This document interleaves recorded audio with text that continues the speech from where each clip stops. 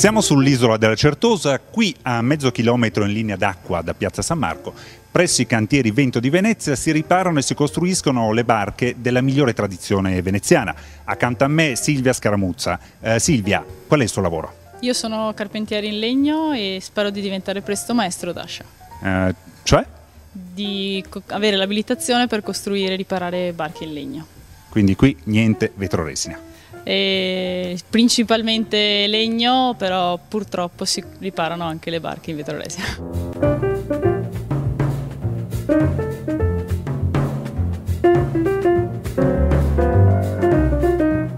In questo cantiere produciamo barche tipicamente in legno e tipiche della laguna veneziana, dalle caorline, che sono barche da voga, barche come San Pierote per uso personale, di regata o per passeggio, insomma, quindi comunque barche tipicamente in legno.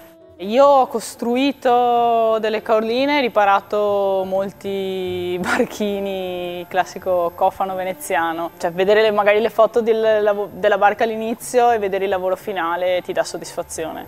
E soprattutto magari riuscire a curare i particolari.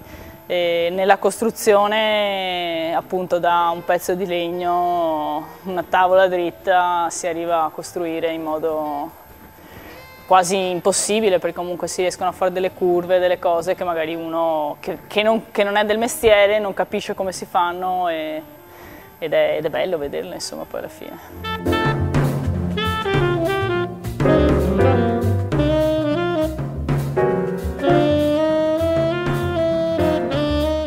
Appena dico che il lavoro faccio attira molto, nel senso che è un lavoro strano, però è anche un lavoro appunto creativo e quindi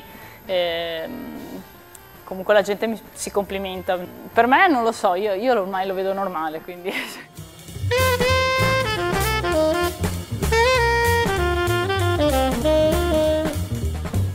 Come scuola ho fatto ragioneria e poi mi sono iscritta all'università e studiavo scienze statistiche, quindi completamente legata al di fuori di quello che è il mio mondo attuale. Poi ho iniziato lavoretti durante gli studi, erano un po' di anni che vedevo questo corso della Confartigianato pubblicizzato sul giornale, lo volevo provare, insomma. E alla fine ho fatto la domanda, sono stata accettata e ho iniziato col corso nel 2005, se non erro, e ho fatto il corso. Molti dei ragazzi che sono usciti comunque da questo corso alla fine sono approdati nei cantieri della laguna. Qui siamo attualmente in 3 che abbiamo fatto questo corso e che poi abbiamo continuato questa strada.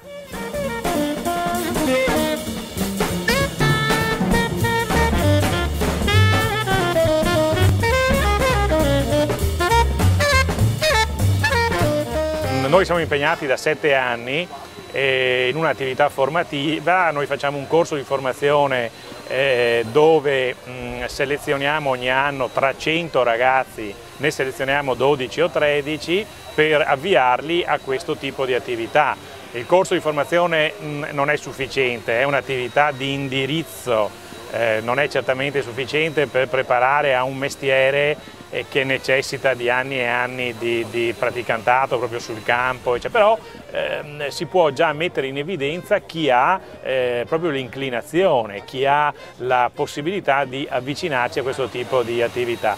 Devo dire che con particolare soddisfazione dei circa 120-130 ragazzi che abbiamo sfornato da questi corsi di formazione, più del 60%, siamo sull'ordine del 66-67%, ha trovato occupazione specialistica in cantieri tradizionali già esistenti, e in due casi sono state aperte nuove attività.